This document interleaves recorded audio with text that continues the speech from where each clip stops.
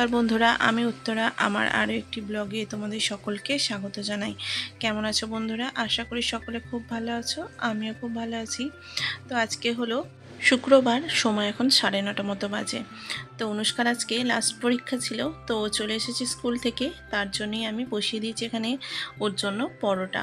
তো পরোটাটা আগে হয়েই গিয়েছিল, তো আসার পর বললো, মাম্মি আমি পরোটা শুধু খাবো না, একটু ডিম দিয়ে ভেজে দাও। তো তার জন্যই দেখো বন্ধুরা, আমি একটু ডিম দিয়ে ওকে রোলের মতো করে দিচ্ছি। আর এর মধ্যে অল্প করে পেঁয়াজ কুচি আর সস দিয়ে দেবো, তাহলে ওর খাওয়া হয়ে যাবে। এখানে সাথে সাথে আমার জন্য একটা করে নিলাম, কারণ ও খাবে আর সাথে সাথে আমিও খেয়ে নেবো। আর যেহেতু সকালে রান্না হয়েছিল, এখনও পর্যন্ত গ্যাসটা বন্ধুরা মোছা হয়নি, কারণ রান্না হওয়ার পরে বাবুকে খাওয়ানোর সময় অনেকটা সময় লেগে যায়। তো তোমরা তো জানোই, বাবু 8:30টার সময় উঠে ওকে খাওয়াতে খাওয়াতেই অনুষ্কা স্কুল থেকে চলে এসেছে। চলো ওর থেকে শুনে নাও কেমন কি পরীক্ষা হলো না হলো, ও তোমাদেরকে বলবে আজকে। তো পরীক্ষা শেষ হওয়ার পরে না, ও ভীষণ খুশি। চলো তোমাদের সঙ্গে শেয়ার করে নিই। বলো, কেমন পরীক্ষা দিলে? ভালো, খুব ভালো। তারপরে কেমন কোশ্চেন পেপার এসছে?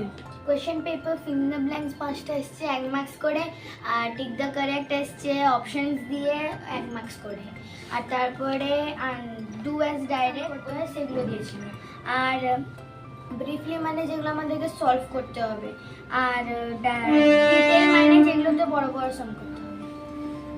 কেমন পরীক্ষা হয়েছে? খুব ভালো। পরীক্ষা শেষ? হ্যাঁ, এবার কি? ফার্স্ট ইউনিট শেষ। আজকে যেটা লেখা বাকি আছে সেটা লিখে নেব, তারপরে খেলবো। আর কেমন লাগছে পরীক্ষা দেওয়া শেষ হওয়ার পরে? খুব ভালো। আর এটা কে দুষ্টু? খেয়ে নাও। তো আমাদেরও পরীক্ষা দেওয়ার পরে যে আনন্দ এবং খুশিটা হতো, ওরও কিন্তু আজকে সেটাই হচ্ছে। তো দেখো বন্ধুরা, আমি এখানে পরোটা বানিয়েছিলাম, কিন্তু ও বললো খাবে এই দিয়ে। তো বানিয়ে দিয়েছি, এবার একটু সস দিয়ে আর পেঁয়াজ দিয়ে রোল করে দিলাম, আর ও সুন্দরভাবে খেয়ে নেবে। তো সাথে সাথে আমিও খেয়ে নিচ্ছি, আর বাবুকে তোমরা তো শুনেইছো, ও আগে খাইয়ে দিয়েছি। তো এবার ফ্রি হয়ে গেছে, এবং ভাই আর দিদি এবার তুমুলভাবে খেলাধুলা শুরু করবে। এই কদিন দিদিভাইকে একেবারে না কাছে পেয়ে বাবু কিন্তু একেবারে দুষ্টুমি করা ছেড়ে দিয়েছিল, চুপচাপ হয়ে গিয়েছিল জানো। তো এখন এবার দিদিভাইয়ের সঙ্গে খেলতে পেয়ে ও আরও মজা করছে।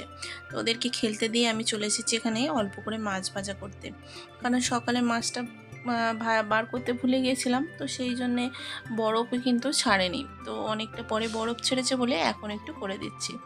আর যেহেতু আজকে পড়ানো নেই, অনুষ্কার পরীক্ষা প্রায় শেষ হয়ে গিয়েছে, খালি ম্যাথসটা বাকি ছিল, তো সেই জন্যে তাড়াতাড়ি করে মাছটা ভেজে নিচ্ছি। দেখো, তো অনেকটা সময় যেহেতু হাতে আছে, অত তাড়াতাড়ি নেই, অনুষ্কাকে পড়ানো নেই, তো আর শান্তিভাবে মাছটাকে ভেজে নিচ্ছি। আর জানো তো, এই মোবাইলে যেটাই শ্যুট করছি সেটাই কিন্তু একেবারে স্টোরেজ ফুল হয়ে গেছিলো। তো মাছটা ভাজার পরে আমি আর কিছু শ্যুট করতে পারিনি, আর যখন স্টোরেজটা খালি করেছিলাম তখন জানো তো অনেকটা বেলা হয়ে গিয়েছিলো। তো সেই জন্য সেদিনকে আর কিছুই সেরকম শ্যুট করা হয়নি। এবার তোমাদের সঙ্গে দেখা হবে একেবারে পরের দিন, কারণ এই দিনকে আর না কিছু শ্যুট করা হয়নি। তো চলো পরের দিন তোমাদের সঙ্গে দেখা হচ্ছে। আর দেখো সেদিনে কি কি রান্না করেছিলাম। সেদিন করেছিলাম একটু ডাল আর এই ঢেঁড়স আলুর তরকারি, আর করেছি ভাত, আর এই তো মাছটা বলে নিলাম। তো চলো দেখা হচ্ছে পরের দিনকে। শুভ দুপুর বন্ধুরা, আমার আরও একটি ব্লগে তোমাদের সকলকে স্বাগত জানাই। কেমন আছো বন্ধুরা? আশা করি সকলে খুব ভালো। তো বন্ধুরা, এত দুপুরবেলা ব্লগটা স্টার্ট করে একটাই কারণ, আজকে হলো একাদশী। তো একাদশীর দিন আমার হাজব্যান্ড সকালে রুটি নিয়ে যায়, তো একটু রুটি আর আলুর একটা সবজি করে দিয়ে দিয়েছি। আর আমাদের জন্য চলো এখন রান্নাবান্না করবো। আর বাচ্চাগুলো অনেকক্ষণ হয়ে গেল রুটি সবজি খেয়ে আছে, তো চলো রান্নাবান্না স্টার্ট করে দিই। আর তোমরাও ভিডিওটা না দেখতে থাকো। তো তোমরা যদি নতুন হও আমার চ্যানেলে, প্লিজ চ্যানেলটাকে সাবস্ক্রাইব করে দিও, আর আমার সাথে একটু যুক্ত থেকে যেও। আর যারা আমার পুরনো বন্ধু, তাদেরকে অসংখ্য ধন্যবাদ আমার ভিডিওগুলো দেখার জন্য, আর এত সুন্দর সুন্দর কমেন্ট করার জন্য। আর চলো তাহলে ব্লগটা স্টার্ট করি। আজকে জানো তো একেবারে বৃষ্টি মুখর দিন, এত পরিমাণে বৃষ্টি হয়েছে সুরাতেই শুক্রবার দিনকে, যে কি বলবো। তারপরে আজকে তো হচ্ছে শনিবার, তো সেদিনকেও কিন্তু পুরো প্রচণ্ড হারে বৃষ্টি হয়েছে সকাল থেকেই। তো সকাল থেকে দেখতেই পাচ্ছ বৃষ্টির হালে সমস্ত জায়গায় কিন্তু ডুবো ডুবো অবস্থা।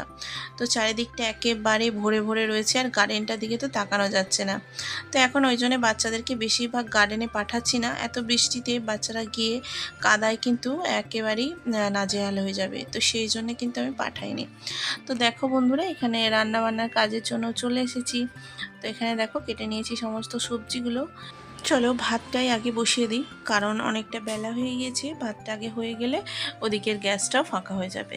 আর এদিকে দেখো বন্ধুরা, আমি সবার প্রথমে কিন্তু বিউলির ডালটা সিদ্ধ করে নিয়েছি, কারণ এটা সিদ্ধ হতে না অনেকটা সময় লেগে যায়। প্রায় 5-6টা সিটি দিলে তবে কিন্তু ভালোভাবে সিদ্ধ হয়ে যায়। তো একটু ভিজিয়ে রাখার পরে ওটাকে সিটি দিয়ে নামিয়ে নিয়েছি, তারপরেই কিন্তু ভাতটা বসিয়ে দিলাম। তো নিরামিষ দিনগুলো সবথেকে কিন্তু বেশি চিন্তা হয় মায়ের, যে কি বাচ্চাদের পুষ্টিকর খাবার খাওয়ানো যায়। তো সব থেকে পুষ্টিকর আমার মনে হয় গ্রিন ভেজিসের মধ্যেই থাকে। তো সেই জন্য আমি চেষ্টা করি একটু গ্রিন গ্রিন সব কিছু বানানোর জন্য। তো বাচ্চারা যেহেতু আলু ছাড়া একেবারেই খায় না, তো আলুটাও তার মধ্যে ইনক্লুড করতে হয়। তো এখানে দেখো ঝিঙেটা হালকা করে অল্প করে ভেজে তুলে নিয়েছি। তারপরে দিয়ে দিলাম অল্প করে আলু। তারপর ওর মধ্যে দিয়ে দিয়েছি তেজপাতা, 5 ফোড়ন।